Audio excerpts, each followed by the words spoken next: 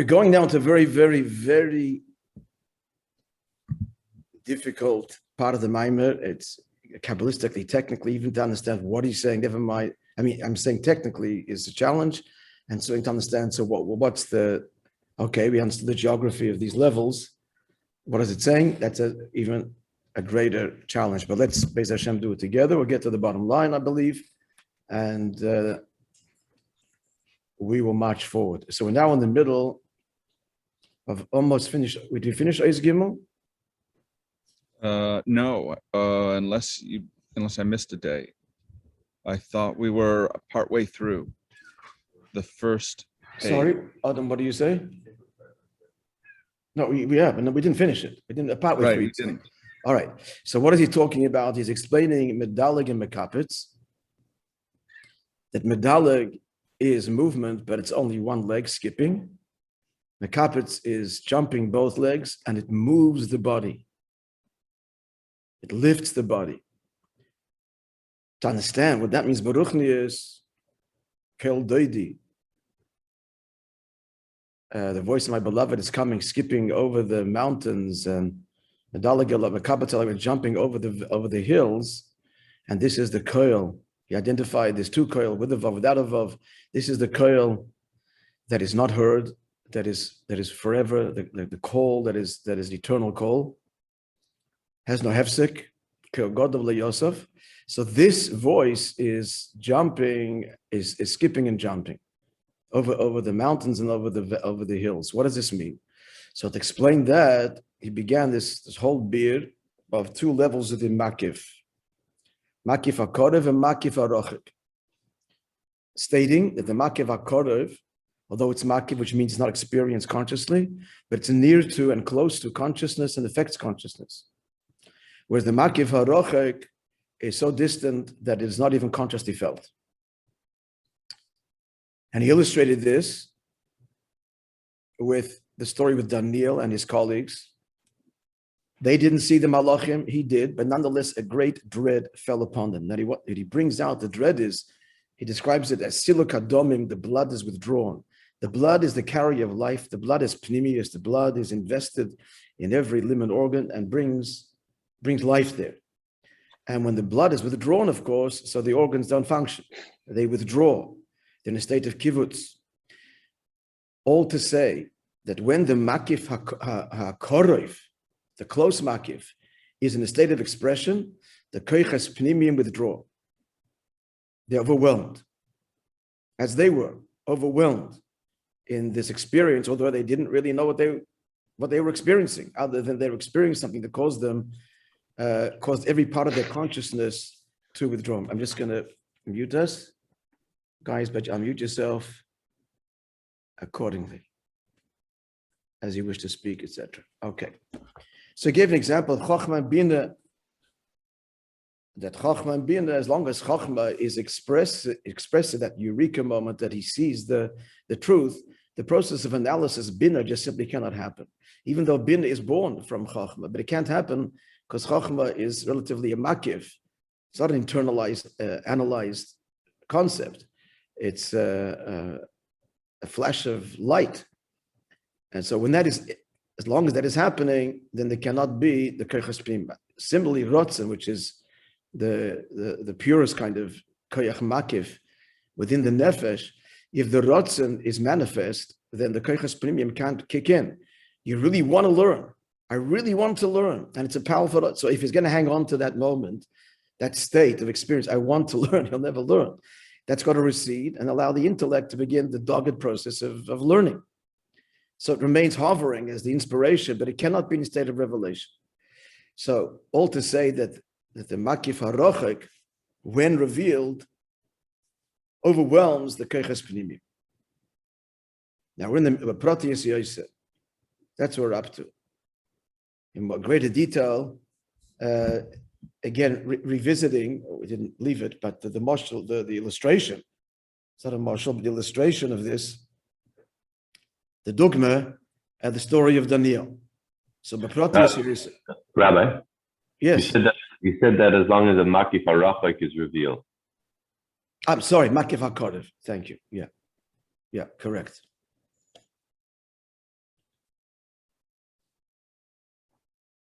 Okay, so Beprotius Yoiser, in more detail, in Yahelim Shenase de Silu Kadam.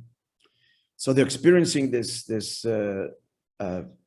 experience that causes a dread to fall upon them, and the Silu Kadam. So the blood, again, which animates Bepnimius, the Keichas HaNefesh, is withdrawn. And quite literally, the person turns white. Turns white. So B'chol Gimel HaPchines, so this happens on all three levels of Nefesh, Ruach, and Neshama, all levels of consciousness, and Mislabshim B'guf, which are three, Nefesh, Ruach, and Neshama, that are invested in the body, which you will now address. V'inyan the B'guf Adam, within a person, Yeshna Gimel Evarim Kloliim, there are three general organs of the body without which the body cannot live. K'maimer, as it says in Zohar, Klas Shlitin Inun, there are three ruling organs within the person. Moicha Liba Ukveda, the brain, the heart, and the liver. Shebhem al Mislabshim Gimel Abchinis Naran, in which the three levels of Naran are invested. Of course, Naran, Nefesh, Ruach, Neshama are throughout the body, but they're like primary points of entry through which they pervade the body. Like these organs themselves affect the entire body, but they have their central position. So what are they specifically? Neshama b'mayach. Neshama is in mayach, in the brain. This also parallels the Olamas. So these are the Olamas Bia. So Olam HaBriya is Olam HaBina, is Gan Eden Elyon, the world of understanding. Ruach Belev, that Olam HaYetzirah, just adding this there, just more. That's the level of ruach within the nefesh is where the emotions are, and nefesh, which is shaved dibur ma'isa, covered in the liver. What's the function of the liver? The liver purifies the blood, correct? I'm not mistaken. Yes. Yeah. So it's critical. So the nefesh level, which you just talked about now, the third level is invested in the blood, in the liver. So it's understood, therefore, it's obvious, that when the blood is withdrawn, for sure, the nefesh level gets affected. Quite simply, when a person is in a state of dread, he can't move, he's frozen to his place, that the nefesh level is stymied, is in a state of shock, withdrawal. But not only, the emotions too, higher levels, which are not directly connected to the blood. He's saying it's the liver that has the closest connection to the blood. The liver is full of blood. Right? The liver, castrating the liver is different than castrating everything else in the animal, because it's virtually made up of blood. It requires roasting or other methods. So, but not only is the nefesh level affected by the silikadomim, by the blood's withdrawal, the gamba ruach shebelev, likewise the emotions of the heart, ruach shebelev hayamoni, because they're all interlinked. Because the spirit, which is in the right side of the heart, he means it, right? It's about the neshama. So the heart has two ventricles, the right side, in nefesh lekis, the left side, which is full of blood. The nefesh habahamis, they're not disconnected. Even the ruach of the nefesh lekis, koshim ruach shebechol asmali, is connected to the level of ruach, which is the midas dimension of the left ventricle, amalidam, which is full of blood. He's saying it's all integrated. So one level of blood, he's saying, affects the other directly, including the brain, the mind, the gam, the shama shebemayach. So even the brain, he can't think. Yeah. We see, for example, that when a person fasts, he's not feeding the blood, lessening of the blood, literally. The person's white, right? Turns pale. He can't concentrate, he can't understand properly. And also when a person is in a state of shock, he can't think in that moment. The mind also is all to say that what? That there is effect, there is an indirect but a powerful effect. When the makif ha'korev is revealed, it overwhelms, right? The mazlayu chazi, a makif of the neshama, the story of Daniel and Chaverav. The mazel saw, consciousness didn't, but it has direct effect on all the levels of consciousness. They're all interlinked. So for kol tzepchen is makif hakorev. That when the makif hakorev sees, is affected, or is expressed, the rotzen, whatever the examples we gave, so it's nirgish b'keiches pnimim, it affects the keiches pnimim. It affects them in the sense that overwhelms them. Mashen kein makif harochek. But the distance makif the yechida, who berichuk me'akeiches ha'pnimim, it's distant. When the nirgish b'hem is not felt by them. So you would think, if we stopped here, it's disconnected. Ancient, no connection at all when the makif harochek is expressed, when the yechida is expressed. As we will see, of course, always in Chassidus, it's always the paradox. It's always a paradox. It's always an irony, because the Eibishter wants to do it b'tachtonim. The whole irony starts there. He wants the tachton.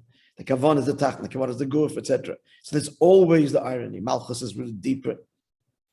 So here too, that the makif harochek, which is not nirgesh, has the greatest effect. Let's begin this journey.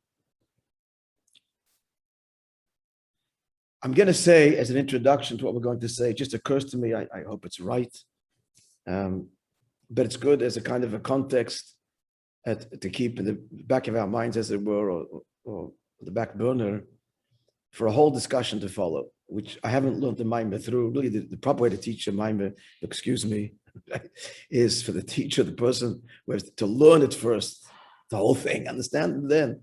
But we're kind of doing it together. Not kind of, we are doing it together. Anyway, so I'm going to share this. He's talking about etzem, and another way of saying this is etzem pnimi and chitzonius. Makif harochek is the etzem, relatively speaking. The makif hakorev has effect on the pnimius.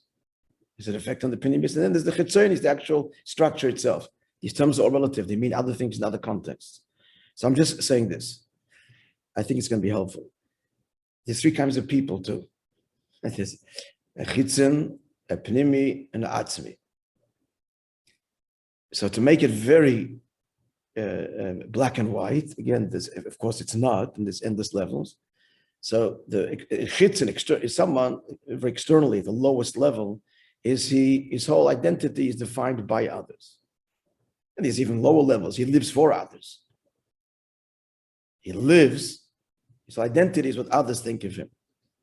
Okay, there's levels in that, not what they think of him, but he's defined by others. Yeah, peer pressure, community, these things are a big part of his life that defines him.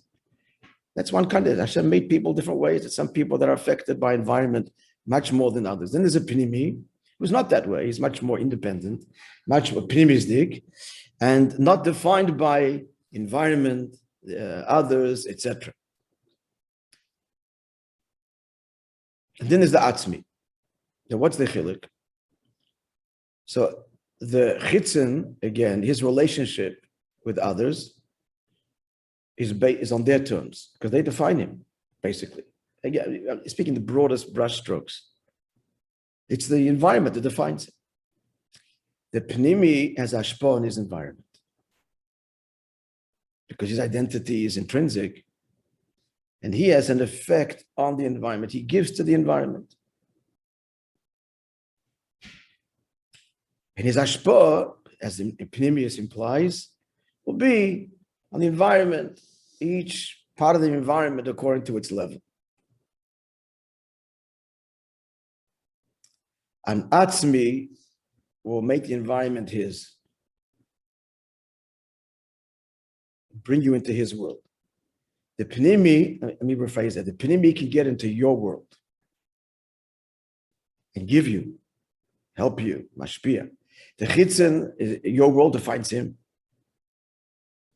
The atzmi brings you into his world.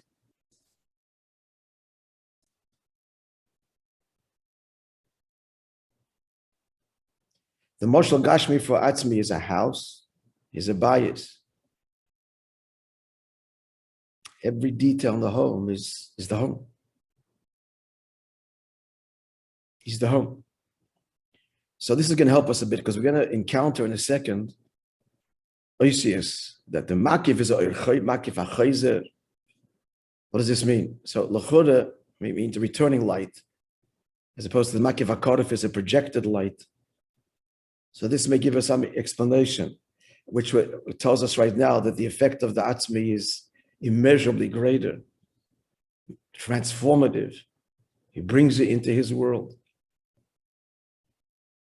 The true atzmi is a nasi, is a rebbe, ultimate atzmos, Eibishter, of course. The rebbe is not a mashpia. Mashpia is a middle level, the pnimi. The true mashpia gets invested in your world, but he is in his own world. He's mashpia on you, from pnimi. Helps you and guides you, etc. But the paradox is that dafka the atzmi is totally beyond my world, but his etzem lifts me into his world, makes me part of it. Bepnimius, and in all of the details and everything. And atzmi is everything then, not in some area. Like the house, every detail of the house is part of the house, of the home. No part more or any or less. That belongs in this home. It's part of this, reflective of this home. So again, having this kind of as a background, maybe it will help us in understanding what's coming. But there's a lot of OCC and a lot of Kabbalah. So if we don't understand it fully, so be it. I don't either, but we'll get a general idea. Okay, let's begin now. Is Dalit.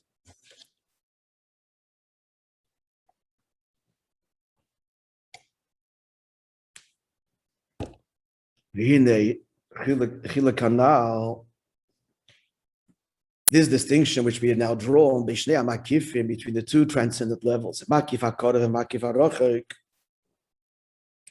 So this distinction is when it gave lekeiches pnimiyim with respect to their effect on the lekeiches pnimiyim, the makabel, the receiver. We said, paradox here, that the makif hakodev, you can see the effect, the silak adomim. The makif harochek, he said it's not felt. It's not felt. So let me just point. So it's not felt doesn't mean there's no effect. It's an atzmizdig effect. It's not I'm changing, being affected by something outside. It affects the change so essentially that it's not felt. It's the h'tשכ, the etzem and neshama is drawn and brought to bear on the manifested levels. The change is not external but internal. That's not nirgash. It's not a process of change. It's a process of coming alive deeper. Well, maybe we're going ahead of ourselves, but so the effect has been again, just again, the effect in the keiches pnimiyim. Now from the perspective, that was from the perspective of the makabel. The makif hakodev has an effect that you can see immediately, and the effect of the makif harochek is berichok, is distant, not discernible in the same way that the makif hakodev is discernible. That's clear. Now, now he wants to describe it in terms of the mashpia's output. So the makif harochek is a mashpia, but a whole different kind of mashpia. Atzmizdik ashpa. What's that? Shemakif hakodev v'makif hayosher. The near, the close makif is yosher, direct. He has a direct influence, as we described earlier. So if my moshel is correct, it's the mashpia that slowly but surely, penetrates the makabel's world and brings to the makabel insight and direction, inspiration, etc. Makif harochek and makif hachayzer. Interesting lashon here. The distant makif is a makif which rebounds, which returns. So it appears that's the pshat is we were saying earlier, that the makif harochek brings you into his atzmizdika world. And rephrased, unlocks the etzem within you. You're not working with your keiches pnimiyim, changing, realigning, but rather connecting us to a deeper place of our own very life.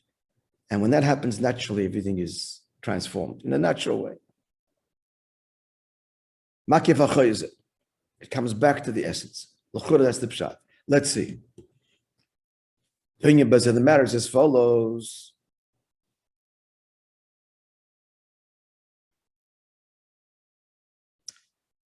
To makif ha'yosher and yonehu giloi, makif ha'yosher is about, so let's get the words translated straight. Makif, it's transcendent, but yosher means straight. What's straight mean? It's a giloi. It comes from mashpia to the mekabel. He's giving something, like the story, the muzzle of Daniel, the muzzle level of the neshama, mazla yochazi, saw something, and that is affecting the consciousness in some way. Gilui. Shenimshach beyoshel is galas, it's drawn in a direct way, and it's revealed and has its effect. When Chacham is firing, Bin is nullified. When the Rasan is firing, the Koichas are, again, subsumed. I have a mental block, I never get the word right.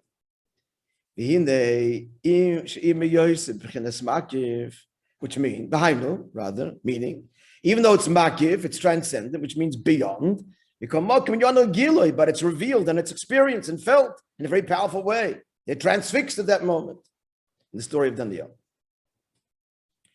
Not unlike the way koichas pnimim affect each other in a conscious way. In that sense, just like a koich pnimi, who she is gale bepnimius, it's revealed in an internalized way in the level of the makabel in the receiver. Likewise, a makif, who she is gale b'chinas makif. It's revealed in a makibdik way, but it's consciously experienced. When your rotzen is revealed, you're aware of that in your mind, in your emotions. Every part of you is feeling this willpower. They're all just surrendered to it, but they feel it. It's in this gala to them. When the Yechid is revealed, this again makif, a transcendent level that is all about returning to self. It's faced inwards. It isn't about revealing. This is a revelation of the etzem nefesh that's translated, that returns and ascends within his essence. And the point being that it brings the whole nefesh there. The whole nefesh becomes suffused, the whole person becomes suffused with an essential state of being. But let's learn the oisius of the Maimon. So what are these two levels in Svidus, the Makiv HaRochik and Makiv HaKodev? So let's see. Chochma is the first of the internal conscious faculties. The structure, the 10 faculties of the nefesh. So what's the makif HaKodev? What's the first transcendent? Keser makif, b'chinas makif. Keser is makif. B'keser gufa, there's the two levels. Yeshna atik v'arich. So l'maylo, these are the two levels. Atik is makif HaRochik and arich is makif HaKodev. Shem beis b'chinas makif hanal. They parallel the two levels of makif we just described. Arich b'chinas makif HaKodev, makif do'er yosher. Arich is a level that's near and close to the level of Chochma, and revealed therefore in a direct way. That's why it's called Arich. Arich means long, extended. The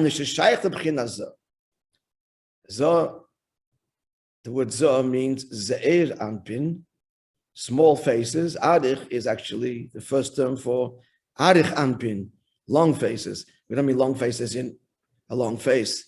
We mean a big giloi. It's a long, extended amshacha. So the very word Arich Anpin is saying, by its very name, implies a definition to Ze'er Anpin, a small face. And indeed, Zoh is a very defined, the small giloi. Arich is long and expanded. Conclusion, Arich is a level of Giloi that extends Milamayla Lamata and is implicit relationship to the lower levels just beyond them, greater than them, much greater, but still connected. Looking at the very word Atik, the word Atik has several translations. One of them is ancient, but the other one is Netak, removed, Venivdal, and separate. So it's beyond Giloi. So that's the first level of Maki, the first model of Makif HaRochek and Makif HaKorev as we raise our sights higher. We're starting with the highest level of Koiches Pnimim of Ishtalshalos, Chachma Datzilus. That's the first level of the Koiches Pnimim. Koiches Pnimim means an integrated cause and effect, Ilav Olol system. Chachma gives way to Bina, and Bina then to Das, and Das to Midas. Koiches Pnimim, conscious faculties felt, experienced in an interconnected and systematic way. And for that matter, ever present. A human being is always, the intellect and the emotions are always expressed. The Ratzon recedes to the background, it's not always begiloi, and sadly, we don't even tap into the power of Ratzon. It's always there, but isn't firing. To one degree or another, we're processing, we're understanding, we're thinking all the time, there's an emotional response. The Koiches Pnimim are always effective, always active, to one degree or another, not the Koiches Makifim. So again, the first level of the two levels of Makif are Keser, that hover over Chachma, close hover, or Makif HaRochek, that is Atik. Now going even higher, raising our sights higher. This isn't the difficult part, mind you. I'm sorry, it's the next dose. And the one after. Okay. So we have these two levels, even in the before the Tzimtzum. And let's just accept the words here, and we'll get the general idea. Vahu, two levels in Lifnei Tzimtzum. Lifnei Tzimtzum, of course, is Makif, period. It's beyond, transcendent, infinite, transcends. Makif means transcendent. The system of Seder Shtalshalos. But within that gufa, beyond Keser, Keser is post Tzimtzum. We're talking Lifnei Tzimtzum, also two levels. And of course, we're not surprised to find this, because again, since the Kavon did it betachtonim, tachten, low, means implicit in this, in Eibishter's initial desire for a tachten. What does it mean by tachten? This koiches pnimim, and in this transcendent. The whole thing is really implicit in that original kavana. Therefore, it's carried through subtly in all of the whole process of Hashem's Izgalus. So, what are the two levels? Words easier to say. There's the essence of the Giloi and the fusion or the spashtus of Hashem's revelation. Let's see the words. The spashtus, the manifested light, that's English, Lifnei Tzimtzum. Even though we're talking pre-Tzimtzum. So, if we're talking pre-Tzimtzum, there's no creation, there's no otherness, there's no concealment, all is godly. Still, the fact that it's called Hispashtus means the spreading of the light already implies the notion of otherness. Spreading where? To whom? There is this notion. There's no nivra there, not even atzilus. There's no keser. But there is the idea, the admission of the possibility of otherness. So revelation. And revelation means revealed to something other than self. And because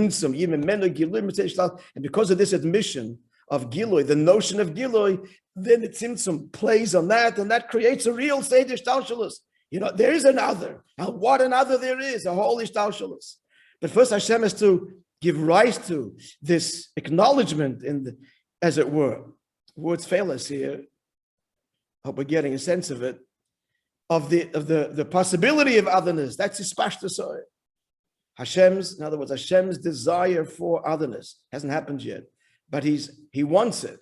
So in the admission, I mean in the acknowledgement or the decision to give rise to it, that acknowledgement, that desire gives rise to this hispashtus, a light that is revealed.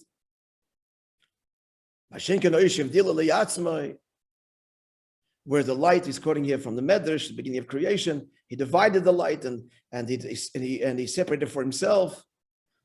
That's a higher level of hispashtus. And Mikolshkin etzem, the essence of the Gilui. What is the etzem? Etzem, in simple language, to try and explain it. Etzem means revelation. So it's revealing, Hashem is revealing that there's an Eibishter, but nothing beyond that. Revealing to whom? There's no whom yet. There's no other yet.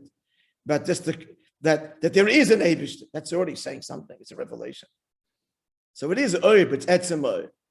It's not to the outside. It's like God talking to himself. There's an Eibishter. I said, that's beyond revelation out. When you makiv the Rechayze, that's the light. He says, it's all about the essential self. It's a revelation, but it returns and is absorbed within the essence because it's not really revelation, the classic sense of revelation to outside. It's all within self. Okay, I hope we're getting an idea. As we've said, I want to remind you, we have to challenge ourselves. We have to, I wasn't very successful, but the litmus test of understanding anything is, can you explain it to someone who is as intelligent as you at least, and more, but has no background at all. So our proverbial McGill student who's walked into this shir today, I never heard any of this, and pure English, what are you talking about? And if we can explain it to him, not hiding behind any words of Oyer and Etzem and Hispashtos, anything, pure English, and using and make him understand to whatever degree we can, then we've understood. So I'm suggesting this is how you teach yourself. Just imagine, you learn the mind, stop for a second. Let me say this to myself using pure English and really understand it, and having this conversation with a McGill student. That's the way we need to learn anything, particularly Chassidus, which is so abstruse, and easily we can get lost in just words, and forget what they actually mean.